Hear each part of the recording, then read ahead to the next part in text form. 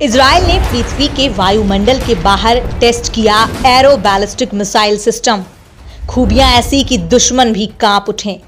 कभी भी यूक्रेन पर हमला कर सकता है रूस, अमेरिका ने दी चेतावनी। इजराइल ने पृथ्वी के वायुमंडल के बाहर दोस्तों अपने arrow 3 anti ballistic missile defence system का सफलतापूर्वक परीक्षण कर लिया है। इस बात की जानकारी रक्षा मंत्रालय ने दी है।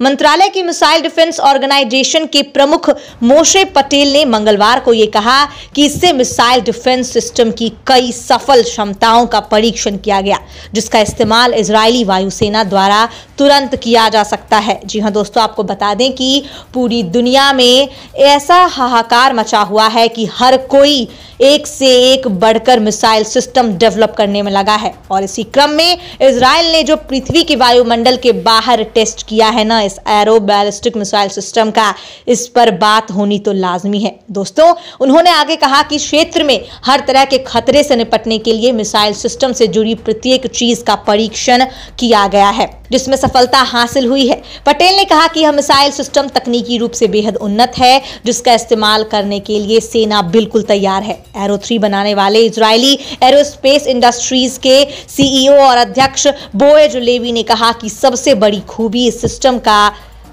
एल्गोरिदम है। जी हां, आपको बता दें, जिसकी सहायता से सिस्टम आने वाले खतरे को भांप सकता है। लेवी ने कहा कि मैं अधिक जानकारी नहीं दूंगा, लेकिन इतना जरूर बता सकता हूं कि इससे सिस्टम को वो खूबियां मिली हैं जिनकी मदद से वह खतरों का आसानी से सामना कर सकता है। मंगलवार की सुबह सेंट्रल इजराइल में 2 एरो 3 के साथ उसका लाइव फायर टेस्ट किया गया। एक ही टारगेट को निशाना बनाया गया। जी हां दोस्तों, रक्षा मंत्रालय ने एक बयान में यह कहा कि एरो सिस्टम में लगे ऑपरेशनल रडार एरे दुश्मन के हथियारों का पता लगाकर फायर मैनेजमेंट सिस्टम तक डेटा पहुंचाते हैं, जो डेटा का विश्लेषण करता है और फिर दुश्मन के हथियार जैसे कि मिसाइल को हवा में ही रोका जा सकता है। आपको बता दें, मंत्रालय ने आगे ये कहा कि जैसे ही सारी योजना पूरी हुई, 2 एरो 3 मिसाइलों को टारगेट की तरफ लॉन्च किया गया और उन्होंने अपने मिशन को सफलतापूर्वक पूरा किया है।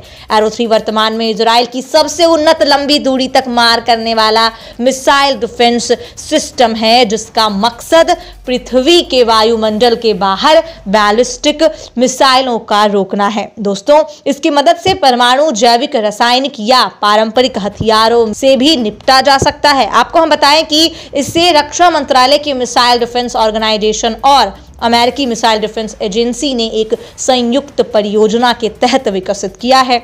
एक और अधिक उन्नत डिफेंस सिस्टम एरो 4 को विकसित करने पर फिलहाल काम चल रहा है। मंगलवार को हुए इस परीक्षण से पहले ईरान ने कई बैलिस्टिक मिसाइलों का टेस्ट किया था। क्षेत्र में बढ़ते इस तरह के खतरे से निपटने के लिए इजराइल ने भी तैयारियां तेज कर दी हैं। दोस्तों, अब आपको हम बताने जा रहे हैं कि यूक्रेन को लेकर अमेरिका और रूस में विवाद तेजी से बढ़ता जा रहा है। जी हां, आपको बता दें कि खबरें ऐसी आई है कि रूस यूक्रेन पर कभी भी हमला कर सकता है और इसके लिए अमेरिका ने उसे चेताया भी है। दोस्तों, आइए जानते हैं कि पूरी कहानी क्या है।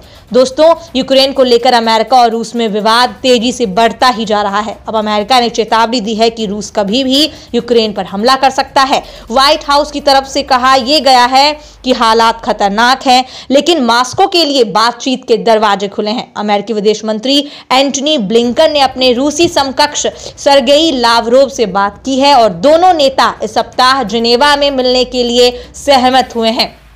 आपको बता दें कि बिगड़ते हालातों के लिए व्हाइट हाउस की प्रेस सचिव जेन साकी ने रूस के राष्ट्रपति व्लादिमीर पुतिन को जिम्मेदार ठहराया है। आपको आगे बताएं तो साकी ने यह कहा है कि पुतिन ने यूक्रेन से लगने वाली रूस की सीमा पर 1 लाख सैनिकों की तैनाती की है। जी हां दोस्तों, पूरे 1 लाख सैनिकों की तैनाती रूस ने यूक्रेन से लगने वाली सीमा पर कर दिया है। आपको बता दें कि जिसके कारण ये संकट इतना अधिक बढ़ गया है। साकी ने कहा, रूस अपने सैनिकों को यूक्रेन की पूर्वी सीमाओं पर सैन्य अभ्यास के लिए भेज रहा है।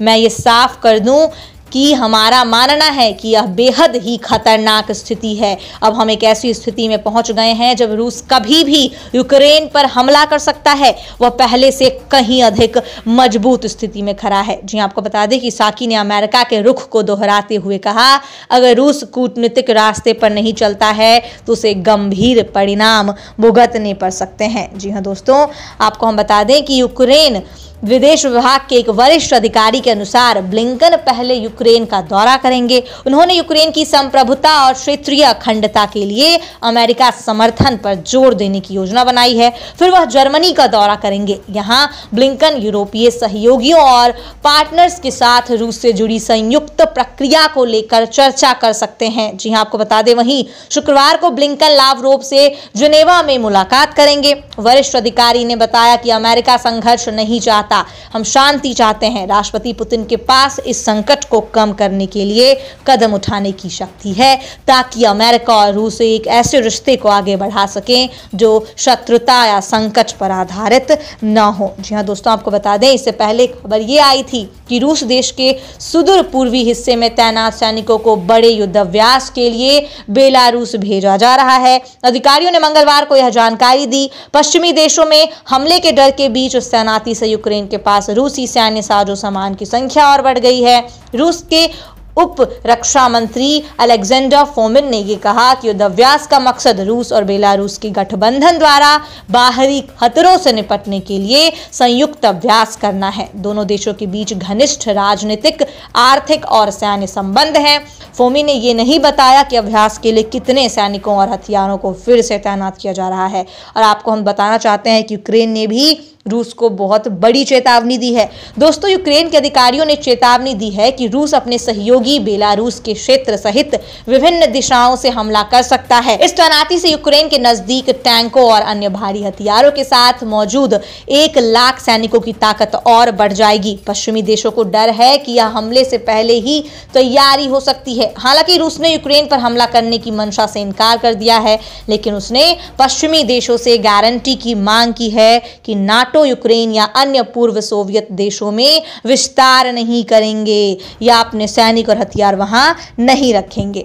वाशिंगटन और उसके सहयोगियों ने जिनेवा में पिछले सप्ताह रूस अमेरिका वार्ता और ब्रसेल्स में नाटो रूस से संबंधित बैठक के दौरान मॉस्को की मांगों को दृढ़ता से खारिज कर दिया था। जी हां दोस्तों, और इस तरह यूक्रेन और रूस की जो आपस में जो लड़ाई है वो और भी जो है गर्माती नजर आ रही है। और अमेरिका रूस को कितना भी चेता रहा है, लेकिन रूस बिल्कुल सुनने को तैयार नहीं है। जी हां, आपको बता दें कि इस तरह से दोनों ही देश के बीच की जो सहगर्मी है वो तेज हो गई है। अमेरिका कितनी भी कोशिश कर रहा है, लेकिन रूस मान नहीं रहा है। दोस्तों, आज की वीडियो में बस इतना ही। मिलते हैं आपसे अगले वीडियो में कुछ ऐसे ही धमाकेदार खबरों के साथ। जय हिंद, धन्यवाद।